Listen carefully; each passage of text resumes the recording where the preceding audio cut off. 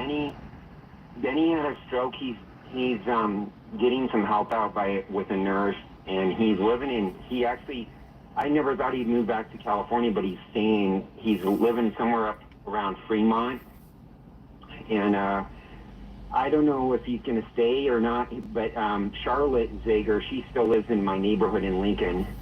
They're divorced, but they still talk all the time. But they still live in the same house in Lincoln. And Dennis used to tell me when he was a kid, he used to answer the phone, and it would be like famous people like Casey Kasem calling to talk to his dad.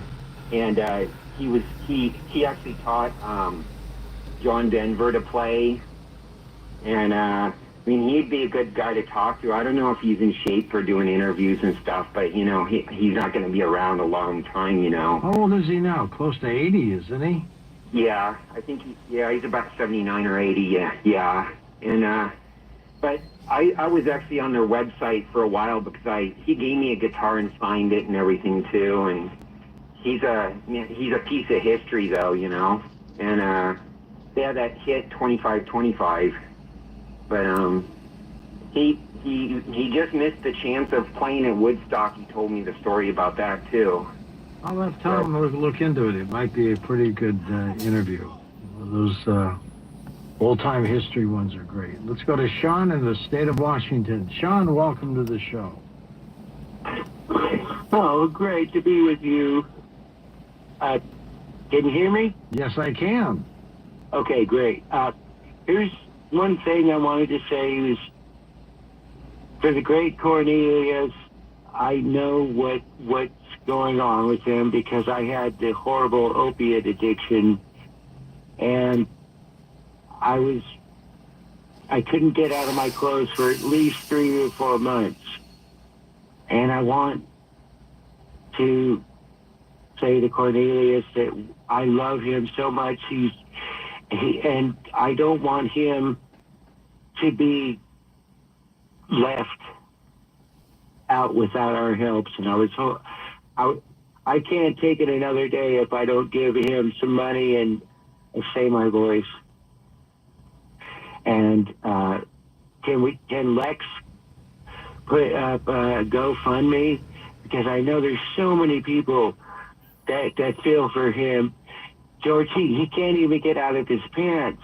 I know that. It's been 3 years. I'll tell you what I'll do. If you set up the GoFundMe campaign, because we can't do it as a network, but if you set it up, I'll at least mention it. Fair enough? Fair enough. I'll do that. You just let us know when you're ready, and I'll contribute to it too. Eduardo's with us in Florida. Welcome to the show. Hello, Eduardo. Hey, George. How's it going? It's good to hear you on a Friday night. Usually they're subbing for you.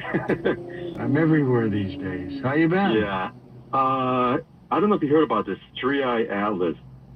They're saying it might come in towards the end of the year. Maybe those 2 subs could be ready in case this is bad news, but maybe it's not. Maybe it's just nothing. But it's going through the solar system, and who knows what it's going to be. Alien life? Maybe it's just Is that the one that's supposed to hit the moon? I didn't hear anything about it hitting the moon other than it being close to Earth. November 21st to December 5th is what they're saying in Daily Mail. Yeah, there's one that's coming up that says it could hit the moon. I don't know if that's it. Maybe that's the same one. Yeah. Might be. Yeah. So hopefully it's nothing bad, but maybe we can study it and, you never know. As long as it doesn't hit us, right? As long as it doesn't hit us. Otherwise, those 2 subs better be ready for us. That's right. Thanks, Eduardo. Appreciate it. Text and tweets. Tom, what do you have for us? You not ready? I thought you just said you were. Let's go to Larry in Niagara Falls, New York, east of the Rockies. Go ahead, Larry. Hi, George. Long-time listener. I think it's wonderful your daughter's in commercial aviation. She's in a good company. It's a great profession.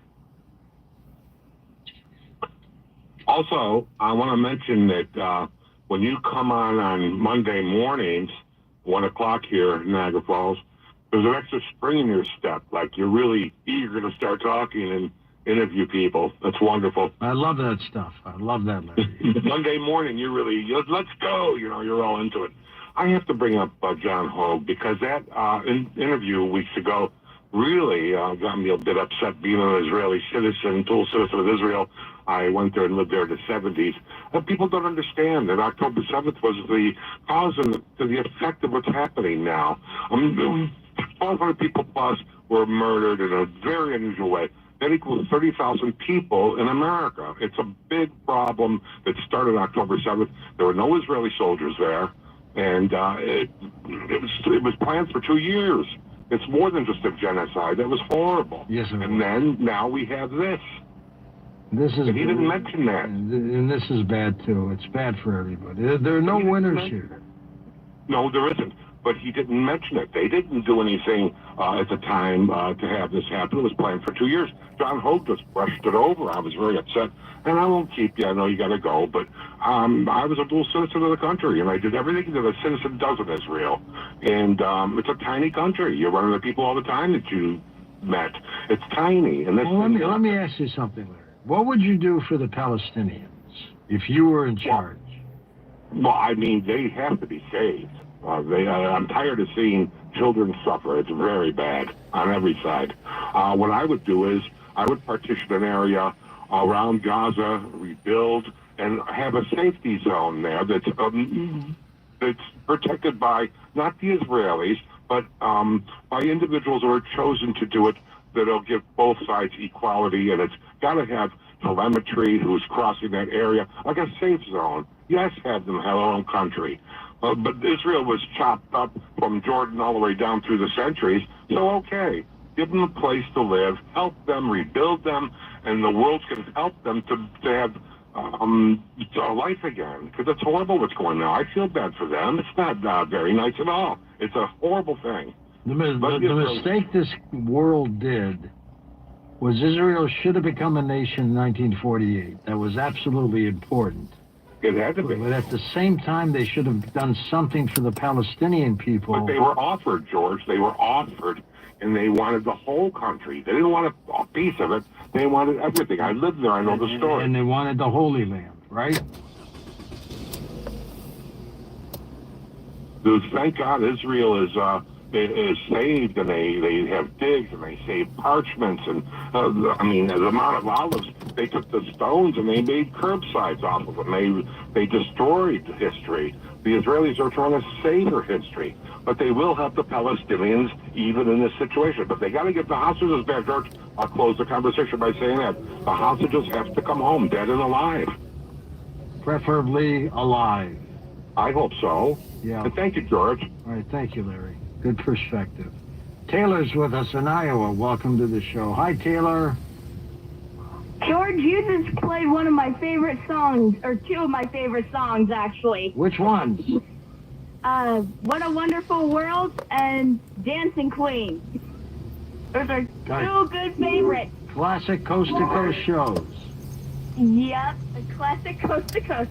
Well, George, I think you've been pretty nice in your show, and every time you come on, usually on weekdays, from midnight to 4 on KDUR here in Burlington, you're like, every time I hear the Midnight Express theme, Chase, that's your beginner theme, every time I hear that, I just know that you're here.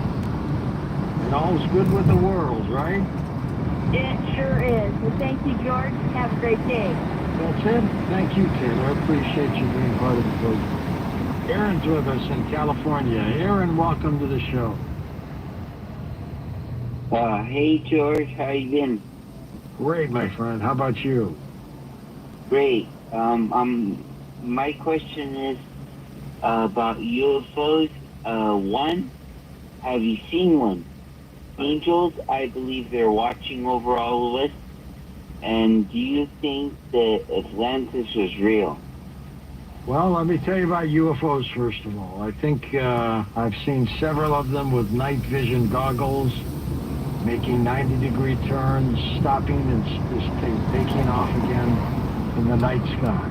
So I think absolutely they are. Angels are definitely real, and you don't necessarily have to be very biblical to understand them, but there's some entities out there that are angels, and they're the real thing. Next up, let's go to Mark in Oregon. Mark, take it away.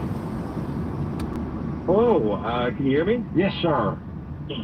Awesome. Well, first I just want to say I'm very honored to talk to you personally, and I'm also a longtime listener. Thank Happened you. to play. Thank you. I happened to play pool with a guy who knew Art Bell and his family when I stayed at the haunted Mizpah Hotel in Tonopah, Nevada. Ah. Also, congratulations to, I think you said Kaya on becoming a pilot? Yes, she is. 24 years old.